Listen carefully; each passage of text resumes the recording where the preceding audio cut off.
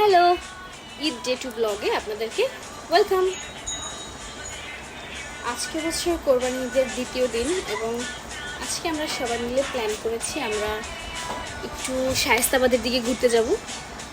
So আমি শায়েস্তাবাদ গিয়েছিলাম last আমার বিয়ের আগে, এরপরে আফটার 4 years আমি আজকে আবার যাব। This is my Eid outfit এবং এটা আমি সেলর থেকে নিয়েছিলাম কোরবানিদের জন্য। My son. জামাই এই ডগি, তুই এখনো ঘুমাচ্ছিস রে? মম্মি মম্মি মম্মি মম্মি উফ,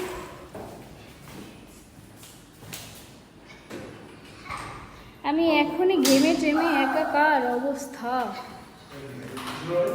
টিস্যু নিয়েছি, বাট টিস্যু থেকে ঘাম কমবে। আমরা ফার্স্টে সিএনবি পোলের ওখানে গিয়ে আমাদের অন্য মেম্বারদের জন্য ওয়েট করছিলাম, তারা আজকে টাইমলি পৌঁছায়নি। আমরা অনেক আগে গিয়ে ওখানে অনেকক্ষণ হোল্ড করি। প্রচণ্ড রোদ আর গরমে অনেক ঘামছিলাম। আজকে আমি রোদের জন্য অ্যাকচুয়ালি বেরই হইতে চাইছিলাম না, বাট ফাইনালি জামাইয়ের জোড়াজুড়িতে বের হই। আর এই হচ্ছে আমাদের BM college, Barishal Brajamohan college. এই কলেজের সামনে থেকে ভাবলাম কলেজের ভিউটা আপনারা যারা বরিশালের বাইরে থেকে আমার ভিডিও দেখেন তাদের সাথে একটু শেয়ার করি। এখানে আমি আমার অনার্স লাইফ, মাস্টার্স লাইফ শেষ করেছি। একটা সময় দিনের বেশিরভাগ অংশই আমি এই কলেজে পার করেছি, বাট এখন এখানে ভুলেও আর আসা হয় না। তো আজকে আমি অনেকদিন পর এখানে আসছি। আগেই বলেছি আমাদের আজকে প্ল্যান ছিল শায়েস্তাবাদ নদীর পাড়ে যাওয়ার। তো শায়েস্তাবাদ যেতে হয় আসলে এই বিএম কলেজের সামনে থেকেই নতুন বাজার হয়ে। তারপর বাংলাদেশের সব জাতীয় বিশ্ববিদ্যালয়গুলোর মধ্যে কিন্তু আমাদের ব্রজমোহন কলেজ অন্যতম। এটা হচ্ছে আমাদের বিএম কলেজের মেইন গেট। এখানে সুন্দর করে নাম লেখা আছে, যেহেতু পুরনো হয়ে গেছে অনেক, সো লেখাটার রং উঠে গেছে, ক্লিয়ারলি বোঝা যাচ্ছে না। কারণ ফেস লকে তো তোমার একদম চোখের মনিটরিং সবকিছুই নেই, মেইন ধরো চোখে মনিটরিং। হ্যাঁ, ওই লেন্স পড়তে দেখা হচ্ছে। আপাতত আমরা এই দুইটা কাপল যাচ্ছিলাম, আরও কিছু গ্রুপ মেম্বার আছে, তারা কিছুক্ষণ বাদে আসবে। তারা একটু এমার্জেন্সি কাজে আটকা পড়ে গেছে, দ্যাটস ওয়াই তাদের লেট হচ্ছে। সো আমরা অনেকগুলো অলিগলি পার করে অ্যাকচুয়ালি যাচ্ছিলাম।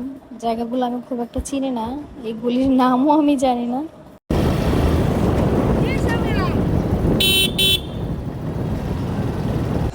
আমরা অলমোস্ট তালতলির দিকে চলে এসেছি, আর এদিকে আসতে না আসতে অনেক জ্যামের সম্মুখীন হই। অনেক গাড়ি, অনেক রিক্সা ছিল, এতে আমরা বুঝতে পারছিলাম অ্যাকচুয়ালি তালতলিতে ঠিক কতটা ভিড় হয়েছে। বাট শুধুমাত্র এই ভিড় এড়ানোর জন্যই কিন্তু আমরা আজকে তালতলির প্ল্যানটা ক্যান্সেল করে শায়েস্তাবাদের দিকে যাচ্ছি, যেন একটু নিরিবিলি টাইম স্পেন্ড করতে পারি। তালতলি শায়েস্তাবাদ লোকেশনটা সেম জায়গায়, সেম রাস্তা, বাট নদীর এপার আর ওপার একটা এরকম ব্যাপার। অ্যান্ড ফাইনালি আমরা শায়েস্তাবাদের ব্রিজে পৌঁছে যাই এবং ব্রিজটা দেখে আমার অনেক আগের কথা মনে পড়ে যায়। এই সামনে যাইতে যেতে তো নদীর পার না, জানি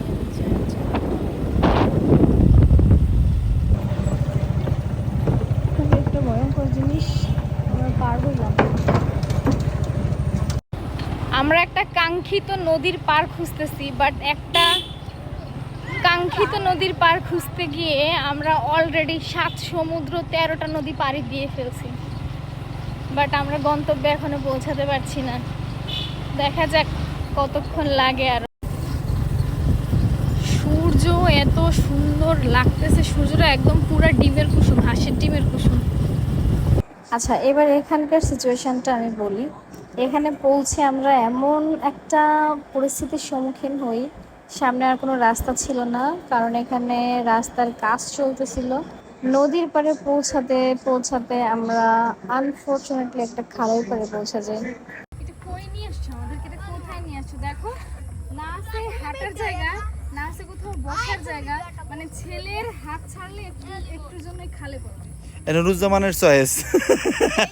খালটা একটু দেখাও, এটা কি খাল? এটা খাল, হ্যাঁ এটা খাল, আর ওই পাশেটা নদী। এটা নদী, আর উপরে আমরা বেসিক্যালি ওই নদীটা দেখতে আসছিলাম, ওই নদীর পাড়ে আসছিলাম, ওইটার উপর হিজলে আনফরচুনেটলি আমরা খালের পাড়ে চলে এসেছি। যাইতে চাই না। দেখো আরেকটা খালে লাভ দিচ্ছে, দেখ মাই পুরো লাভ ধরে রাখো।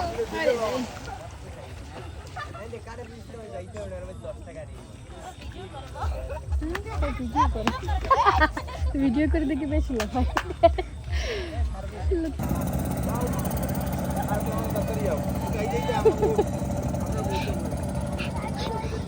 আবার কই বাই বাই, কারে বাই বাই দাও?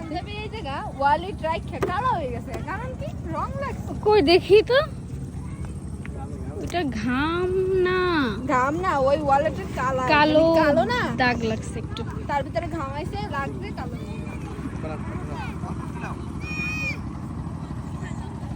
এমনি একটু বসার সিস্টেম থাকলে মানে জায়গাটা একদম খারাপ না। আমরা চলে আসছি শায়েস্তাবাদ ব্রিজে। ওই সিফাত ভাইরাও আসছে।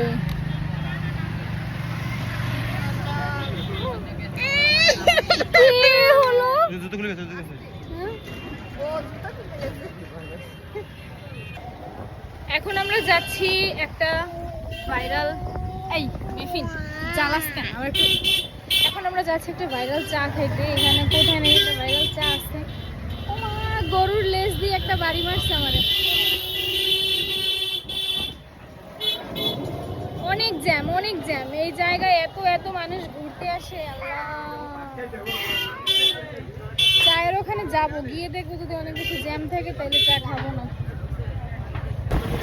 আমাদের চা খাওয়া হয় নাই, আমরা ওখান থেকে আবার ব্যাক করছি, কারণ আমরা যে দোকানে গেছিলাম ওই স্টলটা আজকে বন্ধ। আজকে সেই স্টল খুলছে হচ্ছে আরও সামনে, নাকি তার আর একটা দোকান আছে সেটা খুলছে, বাট অত দূর যাবো না, ওখানে অনেক জ্যাম।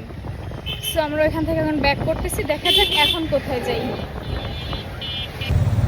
এই সাঁকরাইন আবার কোন গলির মধ্যে কি এগুলো? যাইতে থাও, আজকে যে জায়গায় যাবা সেই জায়গায় দেখুন কিছু না। আজকে খালি সারপ্রাইজ আর সারপ্রাইজ। বাসায় কি যাইতে পারবো আজকে ভাই? সিরিয়াস কই? ও কি আগে থেকে জায়গা দখল করছে? এরকম জায়গা টাকা আছে যে জায়গা বন্য জায়গা একজনারই। ফাইনালি এই যে আমার সাকরাইন। আচ্ছা, আমরা ফাইনালি সাকরাইন চলে আসছি ওখান থেকে। এটা একটা রেস্টুরেন্ট নদীর পাড়ে, কাইন্ড অফ 30 গোডাউনের মতো। এখানে মোটামুটি আশেপাশে আর কোনো রেস্টুরেন্ট নাই, একদম অনেক দূরে, অনেক অলিগলি পার হয়ে এখানে আসতে হয়, যেটা আমি একটু আগে ভিডিওতে দেখাইছি। মানে খুবই উইয়ার্ড একটা জায়গায়, মানে খুবই উইয়ার্ড কিছু জায়গা পাড়ি দিয়ে সাকরাইন আসতে হয়, বাট জায়গাটা অ্যাকচুয়ালি সুন্দর, যেটা আমার ভিডিওতে এখন আপনারা পুরা ভিউটা দেখতে পারবেন। উঠবো উপরে,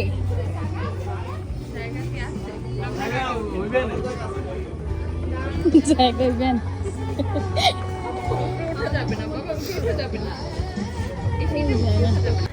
মেফিন বাইকে ঘুমিয়ে গিয়েছিল, সো ওকে নিয়ে আমরা মানে খুব হ্যাপা পোহাইতে হয়েছে। অ্যাকচুয়ালি ওকে শোয়ানোর একটা জায়গা খুঁজতেছিলাম, বাট তেমন কোনো জায়গা সুইটেবল এখানে ছিল না। ভেতরের দিকে কয়েকটা সোফা ছিল, একটা সোফা আমরা খালি পেয়েছিলাম, কিন্তু এখানে মানে কোনো ফ্যান নাই। এটা ডিজাইনই এটা, এখানে মানুষ প্রকৃতির বাতাস খেতে আসবে, এখানে কোনো ফ্যান নাই। সো এখানে বসা আমাদের জন্য ইম্পসিবল এক প্রকার, আজকে যেই পরিমাণ গরম ছিল। এরপর দোতলায় একটা ছোট্ট জায়গা আছে বসার, এইখানেই ম্যাক্সিমাম মানুষ এসে বসার চেষ্টা করে, কখনো যারা জায়গা খালি পায় বসতে পারে। এখানে শুধুমাত্র 2টা না 3টা টেবিল ছোট ছোট। সো খুব মানুষ, অনেক মানুষ একসাথে আসলে এখানে জায়গা হবে না, যেহেতু এই জায়গাটা একদম খোলা আকাশের নিচে। সো প্রকৃতির বাতাসটা এখানে একটু মোটামুটি পাওয়া যায়।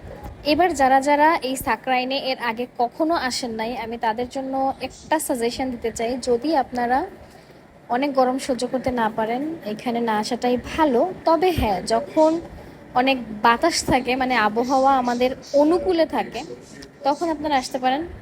আজকে তেমন একটা বাতাসই ছিল না, গাছের পাতাও নড়তেছিল না, তো আমাদের মোটামুটি একটু কষ্টই হয় প্রথমে, বাট ভিউটা সত্যি অসম্ভব সুন্দর, অসম্ভব সুন্দর ভিউজ। আমরাই কিন্তু ফার্স্টে গিয়ে উপরে বসার জায়গা পাইনি, কারণ ওখানে অন্যরা বসা ছিল, আরও লোকজন ছিল। তাদের খাওয়া হয়ে যাওয়ার পরে আমরা জায়গাটা খালি পাই।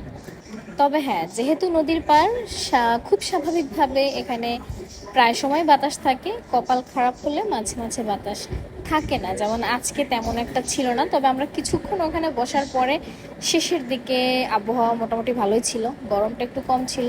আমরা কোল্ড কফি নিয়েছিলাম যাতে একটু আমরা ভেতর থেকে ঠান্ডা হতে পারি। এবং এই কোল্ড কফিটা আসলে কাজে দিয়েছে। যেহেতু ঈদের সময় সবাই বাসায় টুকটাক খাওয়া দাওয়া করেই আমরা বের হয়েছি, সো আমরা খুব ভারী কিছু নেই নাই, জাস্ট ফ্রেঞ্চ ফ্রাই আর চিকেনের একটা আইটেম নিয়েছিলাম, আর কোল্ড কফি, মিল্কশেক এই টাইপের লাইট খাবার নিয়েছিলাম।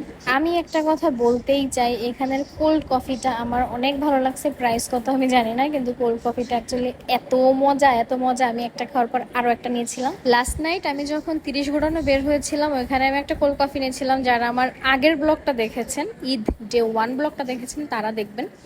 ওই কফিটা আমার একটুও ভালো লাগে না, আমি সব শেষও করতে পারিনি, হাফ মতো মনে হয় খেয়েছিলাম, তারপর সবটা ফেলে দিয়েছিলাম। আমার একটুও ভালো লাগে না এই কফিটা, বাট এইখানের কোল্ড কফিটা সিরিয়াসলি অনেক মজা। এই তো ঘোরাঘুরি শেষ, এখন আমরা ওখান থেকে বের হয়ে যাব। অনেকক্ষণ ওখানে বসেছিলাম, খুব ভালো লাগছে। এখানে আমি ভিডিওতে একটা ঘাট দেখানোর চেষ্টা করছিলাম, কতটা বোঝা যাচ্ছে অন্ধকারে জানি না, খুব একটা বোঝা যাচ্ছে না। এখানে একটা সুন্দর ঘাট বাঁধানো, না সিমেন্ট দিয়েই ঘাটটা বানানো, ওখানে নেমে খুব সুন্দর পা ভেজানো যাবে। আমি তো ভাবতেছিলাম এরপরে আমি যখন সিম্পল কোনো জামা পরে যাব, আমি ওইখানে বসবো এবং নদীর পানিতে পা ভেজাবো। এটা হচ্ছে আমাদের বরিশাল 30 গোডাউন। আমরা ওইখান থেকে ফাইনালি 30 গোডাউন ঢুকি সবাই। তারা সবাই এখানে হোল্ড করেছিল, এখানে আড্ডা দিচ্ছিল, বাট আমি এত গ্যাদারিং দেখে বাবুকে নিয়ে নামার সাহসই পাইনি, তাই বাইকে একটা চক্কর মেরে ওখান থেকে বের হয়ে যাই এবং বাসার উদ্দেশ্যে রওনা দেই। আর কিছু বলার বা দেখানোর নাই, কারণ এখান থেকে 30 গোডাউন পার হয়ে আমরা একদম বাসা চলে যাই। আমাদের বাসা 30 গোডাউনের অলমোস্ট কাছাকাছি। আমি আর ভিডিও বাড়াবো না, অলরেডি ভিডিও 10 মিনিট প্লাস হয়ে গেছে। জানি না কারা কারা এই বসে বসে ধৈর্য নিয়ে 11 মিনিট আমার ভিডিও দেখবেন। যারা যারা দেখবেন তাদেরকে অবশ্যই ওয়েলকাম অ্যান্ড অনেক অনেক অনেক ধন্যবাদ। দেখা হবে আবার অন্য কোনো ভিডিওতে। ততদিন পর্যন্ত সবাই ভালো থাকবেন, আর হ্যাঁ, অবশ্যই আমাদের সাথে থাকবেন। Tata, bye bye and take care.